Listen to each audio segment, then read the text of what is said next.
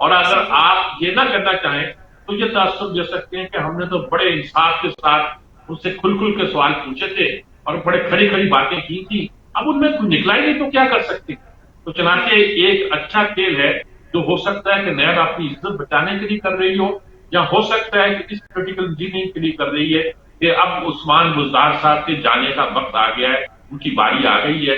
ابھی کوئی بولا نہیں ہے ان کی حمایت میں یا ان کی مخالفت میں، لیکن یہ ایک آج انٹرسٹنگ ڈے تھا اس لحاظ سے کہ کل تک جو کہہ رہے تھے کہ ہم جائیں گے جواب دیں گے اور دیکھیں گے کیا ہوتا ہے، وہ یاد آ گیا نواز شریف کا وہ ڈائلاگ جو ایک اینکر کے پروگرام میں شروع میں آتا ہے لوگوں کے طور پر کہ اگر کوئی عدالت بلاتی ہے تو نواز شریف کیا کر سکتا ہے، اگر کسی نے جرم کیا تو عدالتوں میں جانے سے ڈرنا نہیں چاہیے. تو دکھایا گیا کہ اب عثمان کی ذات کا عثمان گلزار بھی کہتا تھا کہ ڈرنا نہیں چاہیے، اب چلا گیا ہے، اب نظر آ رہا ہے کہ کچھ نہ کچھ ہو بھی سکتا ہے. شاید اس لیے وہ ڈائریکٹر جنرل جو لاہور کے تھے ان سے پوچھنا چاہتا تھا کہ معلوم کر لوں کہ بھی سچ مچ مجھے نکالنے کا پروگرام ہے تو وہ بھاگ جاتا ہوں، بھاگ جاتے ہیں مطلب استعفیٰ دے دیتا ہوں. لیکن ابھی تک یہ ایک دلچسپ کیس کے طور پر سامنے ابھر رہا ہے اور آ رہا ہے، اگرچہ لوگوں کی توجہ اس طرف آج بھی کم ہے. آج بھی کل کی جو پیشی تھی مریم نواز کی وہ چل رہی ہے اور وہی جی جی لوگوں کی توجہ کا مرکز بنی. اچھا سر، کہا جا رہا ہے کہ وہ نیب کے کسی بھی سوال کا پراپر اس طرح جواب نہیں دے پائے. کیا آپ سمجھتے ہیں کہ وہ مینٹلی طور پر پریپیئر ہو کر نہیں گئے تھے؟ اور اگر ان کی سیکیورٹی کی بات کریں تو ساتھ وہ کوئی پروٹوکول وغیرہ نہیں لے کے گئے نیب کی پیشی کے دوران؟ دیکھیے یہ بھی ایک تکاریف کی ہوتی ہے نا جو ہوتی ہے کہ دیکھو میں تو ایسے تشکیلات چلا گیا ہوں، مجھے تو ڈر نہیں ہے، میں تو انصاف پسند ہوں، آ رہا ہوں. اور جو ان سے سوالات پوچھے گئے وہ تو بیچارے ویسے اگر کوئی ان سے پوچھ لے کہ آپ نے صبح ناشتہ کیا تو اس کا جواب دے پاتے، یہ جائے کہ وہ کسی انٹروگیشن کا جواب دیتے. تو اس طرح ان کا وہاں جانا جو تھا وہ ان کے لیے تیار یہ تھے کہ بھی جس نے وہ کیا ہوا ہے وہ والا ماہ ہوا بن گیا ہے. والا ماہ ہوا کے سامنے کہ اپنے ہی بندے کے حوالے سے وہ کیا کہیں تاکہ ناٹ مجھے تو نہیں پتا کہ میرے خلاف کوئی مقدمہ بنایا، میرے لیے جو شراب کا لائسنس تھا وہ جاری ہوا ہے. ان کا موقف تھا کہ میں نے تو فائل ہی دیکھی. اب وہ والا ماہ بننے کے بعد وہ بندہ کہتا ہے کہ مجھے پریشر ڈالا گیا اور فلاں نے پریشر ڈالا، اور جس کا پریشر ڈالنے کا نام بنتا ہے وہ بھی کا عزیز نکلتا ہے. تو یہ ساری جو نقشہ بنتا ہے وہ یہ دکھائی دیتا ہے کہ وہ اس کے لیے تیار نہیں تھے کہ ان کو ایسے سوالات پوچھیں گے. اور شاید یہ تو انہوں نے سوچا بھی نہیں تھا کہ وہ سوشل میڈیا پہ لیک بھی کر دیے جائیں گے. یہ نیب کی عادت ہے. حسین نواز کو جب بلایا تھا تو اس کی تصویر وہ بیٹھا آرام سے مسکین صورت بنا کے بیٹھا ہوا اس کی تصویر شائع کر دی جیسے دکھایا گیا ہو کہ دیکھو ہم کتنا اس کے ساتھ ٹارچر کر رہے ہیں، ظلم کر رہے ہیں، یعنی وہ کتنے برے حالات میں کتنے وقت کے ہیں. تو میرے خیال میں یہی وہ انہوں نے ایٹیٹیوڈ اختیار کیا اور کوئی فائدہ نظر نہیں آتا ہے. جی سر، دوسرے موضوع پر بات کر لیتے ہیں. سر، مریم نواز نے آج الزام لگایا ہے کہ جو ان کی گاڑی پر پتھر مارا گیا وہ پتھر نہیں تھا، کچھ اور تھا. کیا کہتے ہیں آپ اس بارے میں؟ سر آپ مجھے سن پا رہے ہیں؟ تو ہم دوسرے موضوع پر بات کر رہے ہیں مریم نواز کے حوالے سے. کل ان کی پیشی کے دوران آپ نے دیکھا کہ کارکنان اور پولیس میں بھی تصادم ہوا. آج انہوں نے الزام لگایا ہے کہ جو ان کی گاڑی پر پتھر مارا گیا وہ پتھر نہیں تھا، کوئی اور ہی چیز تھی. جی میں آواز آپ کو پہنچ رہی ہوگی میری بہت. تو وہ اصل مریم نواز ایک طرح کا اس کا کم بیک ہے. وہ خاموش اتنے عرصے کے ساتھ دیکھیے لیڈر خاموش رہتا ہے تو فرق نہیں پڑتا، لیڈر ملک سے باہر رہتا ہے تو فرق نہیں پڑتا. جب وہ عوام میں آتا ہے بولتا ہے وہی تاثر پیدا ہوتا ہے. انہوں نے کہا نواز شریف سے اور مریم نواز سے اب اتنے ڈرتے کیوں ہیں؟ اب آپ نے مجھے گھر سے باہر نکلوایا ہے، بلوایا ہے، پھر میری بات ہی سن لیجیے. آپ یہ جو مجھ پہ حملہ کر رہے ہیں اور باتیں کر رہے ہیں، حرکتیں کس لیے کر رہے ہیں؟ میں تو آ گئی ہوں جواب دینے کے. جیسے وہ ڈٹ کے آئی تھی کل، اور اس کے بعد یہ ہوا کہ جب وہ کارکنوں نے ہنگامہ کیا. اب ایسے بحث نہیں کرتا پلان تھا کہ نہیں پلان تھا، انہوں نے طے کیا ہوا تھا، طے بھی کیا ہوا تھا. غالباً وہ میسج دینا چاہتے تھے کہ ہم جو نیب کو مانتے نہیں ہیں جنرل ادارہ، جو اسٹیٹ کا ادارہ نہیں ہے، اس بات کو ہم یہ نہیں کہہ سکتے کہ اس کے خلاف کچھ بات کرنا جو ہے وہ ایک ادارے کی تجدید کا توہین کرنا ہے. یہ تو ادارہ ہی ایسا نہیں ہے تو کی جائے. ورنہ مریم نے یہ کہا نہیں انہوں نے، لیکن تعصب یہ پیدا ہوا. مریم نے کہا کہ میں تو اتنی پیشیاں بھگتی ہیں نیب کی بھی اور عدالتوں کی بھی، جیل میں بھی رہی ہوں اور ان کی کسٹڈی میں بھی رہی ہوں، اور یہ بھی کہا کہ میں واحد خاتون سیاستدان ہوں اس ملک میں جو نیب کی کسٹڈی میں رہی. اور نیب کی کسٹڈی میں جب مجھے لے جایا گیا تو ان کو یہ پتا نہیں تھا مجھے رکھے کہاں؟ عورتوں کو رکھنے کا کوئی سیل موجود ہی نہیں تھا. یعنی یہ تک صورتحال پیدا ہوئی تھی. تو انہوں نے گویا اپنا پرانی کہانی بھی بتا دی, نیا نقشہ بھی بتا دیا, اور یہ بھی کہا کہ اگر آپ نے اب بلایا ہے تو بھگتیں, مجھے پتا ہے آپ ڈرتے. ان بڑے ایک طریقے کے ساتھ, لیکن میرا خیال ہے کل مریم کی پریس کانفرنس کی زیادہ کانفیڈنٹ, اور انہوں نے کہا کہ نواز شریف نے جو اپنا کام کرنا تھا کر دیا اور اپنا کردار ادا کر دیا, اور جب وہ ملک میں آئیں گے تو آپ کو معلوم ہو جائے گا کہ اس سے کیا اثرات بنتے ہیں. وہ بہت کانفیڈنٹ تھی, اور یہ ساری باتیں کرنے کے بعد انہوں نے بتایا کہ ان کی گاڑی پر ایک شیشہ ان کا جو ٹوٹا تصویر میں دکھائی, یہ پتھر مارا گیا. رانا ثناء اللہ نے رات کے کہہ دیا کہ صاحب یہ پتھر نہیں ہو سکتا. بلٹ پروف گاڑی تھی جو مریم نے اس وقت کہا تھا, اور آج مریم نے وضاحت بھی کی میری گاڑی نہیں, میاں صاحب کی گاڑی ہے, میرے باپ کی گاڑی ہے. باپ کی گاڑی میں بیٹی جاتی ہے تو یہ نہیں پوچھا جاتا کہ آپ باپ کی گاڑی میں کیوں آئے, تو ہوتا ہے. لیکن انہوں نے کہا کہ جو پتھر مارا گیا, رانا ثناء اللہ نے کہا وہ پتھر نہیں لگتا. بلٹ پروف گاڑی کے شیشے کو کوئی پتھر جو ہے توڑ نہیں سکتا, اس میں سوراخ نہیں کر سکتا. یہ تو کچھ اور چیز ہے, اوپر سے شاید کوئی ڈیزر گن ماری گئی ہے یا کیا کیا گیا ہے, کیونکہ ہو سکتا تھا اس پر کہتے ہیں کہ گولی کہاں ہے, آواز کیوں نہیں آئی, وغیرہ وغیرہ اس طرح کی باتیں. آج مریم نے اس کو ریپیٹ کیا, تصویر بھی جاری کی, اور تصویر جاری کرنے کے بعد دیکھیں انہوں نے سارا ایموشنل کام, ایک تو آج تصویر جاری کی اور کرنے کے بعد کہا یہ تو مجھے مارنے کے لیے کیا گیا تھا, مجھے نکالا گیا, میرے خلاف کارروائی کرنی چاہتے تھے. وہ کون سا پتھر ہے جو بلٹ پروف گاڑی کے شیشے میں چھید کرتے, وہ تو مجھے بتائیے گا. اچھا ظاہر ہے کہ یہ سیلیبل ایک اسٹیٹمنٹ ہے جو لوگوں کو ایکسپٹ کی ہے, پسند بھی کرتے ہیں, اچھا بھی لگتا ہے, انہوں نے سنی بھی ہوگی. اچھا سارا کیس بدل گیا, اور سارا کیس ایک اس سے بدلا. دوسرا کمال ہو گیا کہ انہوں نے جو پتہ نہیں 100-150 کتنے بندوں کے خلاف کیس بنائے ہیں, اور جن کو آج ہتکڑیاں پہنا کر یہ کورٹ میں لائے ہیں, اور وہاں ان میں رانا تنویر کا نام بھی. تو رانا تنویر جو کل اسمبلی میں موجود تھے, تو آج خواجہ حسن نے تقریر کرتے ہوئے کہا کہ دیکھیے آپ عجیب کا مقدمہ بناتے ہیں. آپ رانا ثناء اللہ ممبر قومی اسمبلی کے خلاف تنویر کے خلاف مقدمہ بناتے ہیں, وہ تو یہاں موجود تھے اور اسپیکر آپ کے چیمبر میں بھی تھے, تو وہاں انہوں نے بنا دیا. جس پر شاہ محمود قریشی کو وضاحت کرنا پڑے اگر یہ ایسا ہوا ہے. پھر انہوں نے وہ کہانی کری کہ یہ کیسے ہوا کہ اس کی گاڑی میں پتھر بھی تھے, مریم نواز پتھر ساتھ لیتی آئی تھی, گویا ساری کہانی قصہ بنایا. انہوں نے بھی کوشش کی, لیکن لگتا ہے کہ اس پہ مریم نے بلڈ بھی کیا ہے.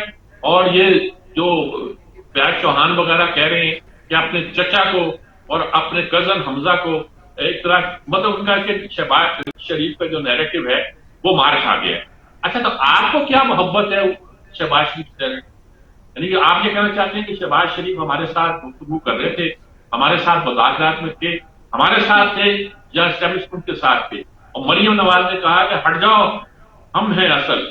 اور یقیناً یہ بات تو ہے کہ ان کی پریس کانفرنس میں ایک تو یہ کہ ان کے ساتھ پرویز رشید گئے. پرویز رشید کے بارے میں ایک خاص مائنڈ سیٹ ہے جو کہا جاتا ہے, جو خاص طور پر لیفٹ کا بھی کہا جا سکتا ہے, اینٹی اسٹیبلشمنٹ بھی کہا جا سکتا ہے, اینٹی آرمی بھی کہا جا سکتا ہے, وہ خاص طور پر ساتھ تھے. دوسری طرف سے پریس کانفرنس ایک تو شاہ خاقان عباس تھے, دوسرے رانا ثناء اللہ تھے. لوگ پوچھتے تھے کہ وہ کیوں نہیں آئے, شہباز شریف کیوں نہیں آئے. بہرحال یہ تو اپنی کہانی, ان کی انٹرنل کہانی ہے. انہوں نے اس طرح ایک آؤٹ منور کر دیا شہباز شریف کو, جو پرسنالوجی کو آپ کہہ سکتے ہیں, لیکن انہوں نے یہ تو ثابت کر دیا کہ وہ ایک قوت ہے. اور مریم نواز جب باہر نکلتی ہے تو اقتدار کے ایوانوں میں حلچل پیدا ہوئی. پہلے بھی وہ نکلی تھی تو انہوں نے مقدمہ قائم کیا تھا, مقدمے قائم کیے تھے, ان کو جیل میں پکڑ لیا, انہوں نے ساری کہانی سنائی کہ کس طرح میرے باپ کی موجودگی میں مجھے گرفتار کیا گیا اور دے کے گئے. ظاہر ہے کہ ایک ایموشنل لمحے بھی ہوتے ہیں. تو یہ ساری کہانی جو ساری انہوں نے سنا بھی دی اور اس کا اثر آیا, اور وہاں اچھا شو بھی ہو گیا. اور یہ کسی نے یہ کہا کہ پتھر کہاں سے بھائی, وہ تھیلوں میں تو ہم پھول لے کے گئے ہوئے تھے. اب آپ کی سٹوری بتانا چاہتے, مقدمہ بنایا آپ نے, رانا تنویر ڈال دیا اس نے. دوسری طرف زبیر عمر صاحب جو اسد عمر کے بھائی بھی ہیں, اور لوگوں نے اپنی تصویریں جاری کی کہ وہ تو وہاں سے سائٹ سے بھاگ رہے ہیں, دور جا رہے ہیں, پتھر نہ لگے, اور مقدمہ یہ بنا کہ ہم نے پتھر مارے. تو یہ کہانی جو ہے نا بڑی دلچسپ بنی ہے, اور لوگ اس کو انجوائے بھی کر رہے ہیں, آپ بھی کریں, ہم تو کیا کر سکتے ہیں. جی جی بالکل سر. مریم نواز نے اپنی گاڑی کی ویڈیو بنا کے اس کو شیئر کیا ہے, آپ کہتے ہیں تو پھر پہلے اس پر دیکھ لیتے ہیں. ضرور ضرور. جی میں ابھی گھر پہنچی ہوں اور میں نے اپنی گاڑی دیکھی ہے جو کہ ایک بلٹ پروف گاڑی ہے، میری نہیں میاں صاحب کی گاڑی ہے، اور آپ یہ دیکھیں کہ اس کا حال کیا ہوا ہے. ہر طرف سے، ہر جانب سے پتھروں سے، اینٹوں سے میری گاڑی پر اٹیک کیا گیا ہے. اور آپ یہ دیکھیں، یہ میں پیچھے سے شروع کر رہی ہوں. یہ دیکھیں،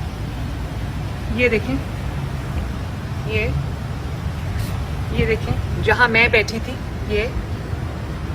اور یہ سب، یہ دیکھیں،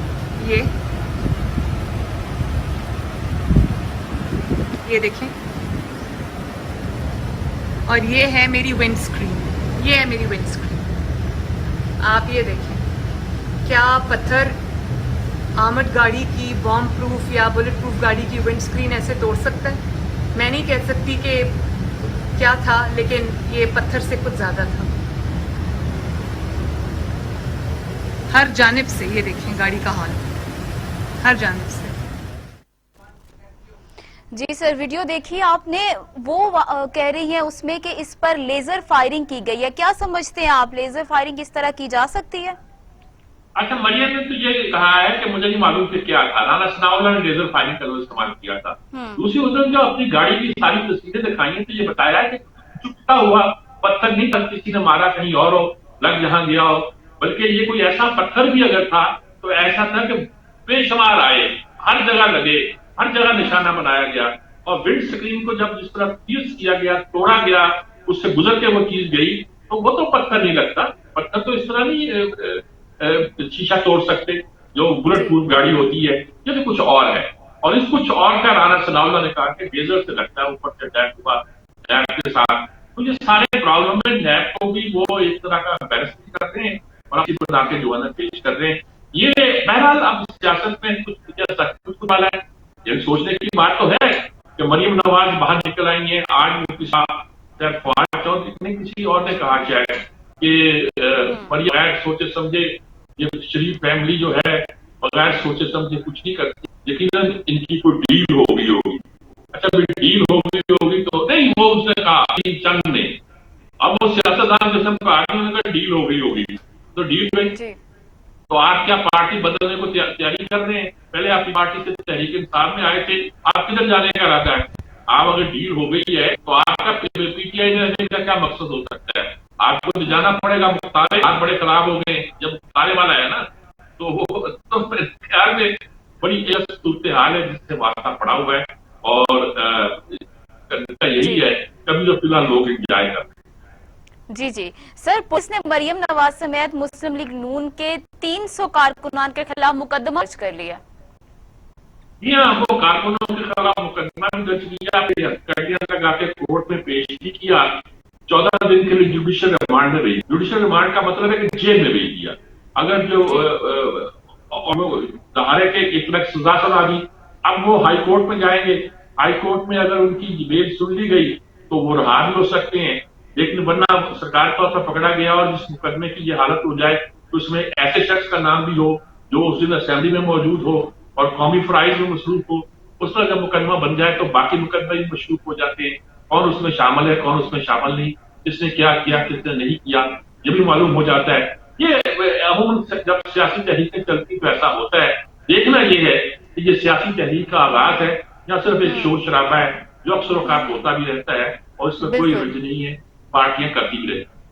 جی سر، آخری سوال سر، آپ کیا سمجھتے ہیں کہ مریم نواز کس طرح باہر آنے سے اور بولنے سے پاکستان کی سیاست میں کوئی ہلچل دیکھ رہے ہیں؟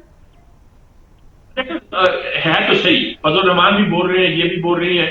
اور یہ تھا کہ پنجاب میں خاص طور پہ تھا کہ مسلم لیگ نکلتی نہیں ہے اور سارا الزام شہباز شریف پہ تھا.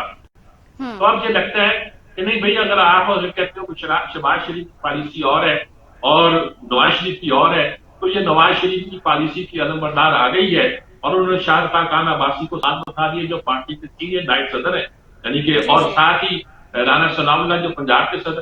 تو اس کا مطلب یہ ہے کہ وہ یہ نہ سمجھا جائے کہ کچھ نہیں ہے. نام بھی انہوں نے سب کے دیے، جو لوگ موجود ہیں اس میں ان کے نام بھی دیے. تو اس کا مطلب یہ ہے کہ یہ نہ سمجھا جائے کہ شہباز شریف سے اگر آپ نے کوئی لین دین کرنا ہے تو پارٹی باقی جو ہے وہ کچھ نہیں کرے گی. پارٹی کی لیڈر موجود ہے اور وہ وہی کرے گی جو لوگ. اب بڑا ان کا بڑا سیدھا ہے، انہوں نے کیا بیانیہ، انہوں نے بیانیہ وہی جو نواز شریف کا ہے. انہوں نے کہا شہباز شریف کا بیانیہ وہی جو نواز شریف کا ہے. ہم دو ہے ہی نہیں جب سب اکٹھے ہیں. تو یہ سارا جو معاملہ ہے میرا خیال میں خاصا گلے پڑا ہے اور یہ کسی نے ڈلوایا ہے یا ڈل گیا ہے تو میں کچھ نہیں کہہ سکتا لیکن پیدا ہوں جی کے نظر آئے. جی سر، یہاں پہ میں بریک لے رہی ہوں. بریک سے آنے کے بعد پروگرام میں شامل کرتے ہیں کہ عدالت چیف جسٹس نے کہا ہے کہ کراچی کی بجلی بند کرنے والوں کو بند کر دیں گے اور ان کی حکومت میں چلتی ہوگی، عدالت میں نہیں چلتی. اس حوالے سے اٹارنی جنرل کے بھی بیانات سامنے آئے ہیں، اس پر تفصیلی بات کرتے ہیں لیکن اس بریک کے بعد آپ رہیے گا ہمارے ساتھ.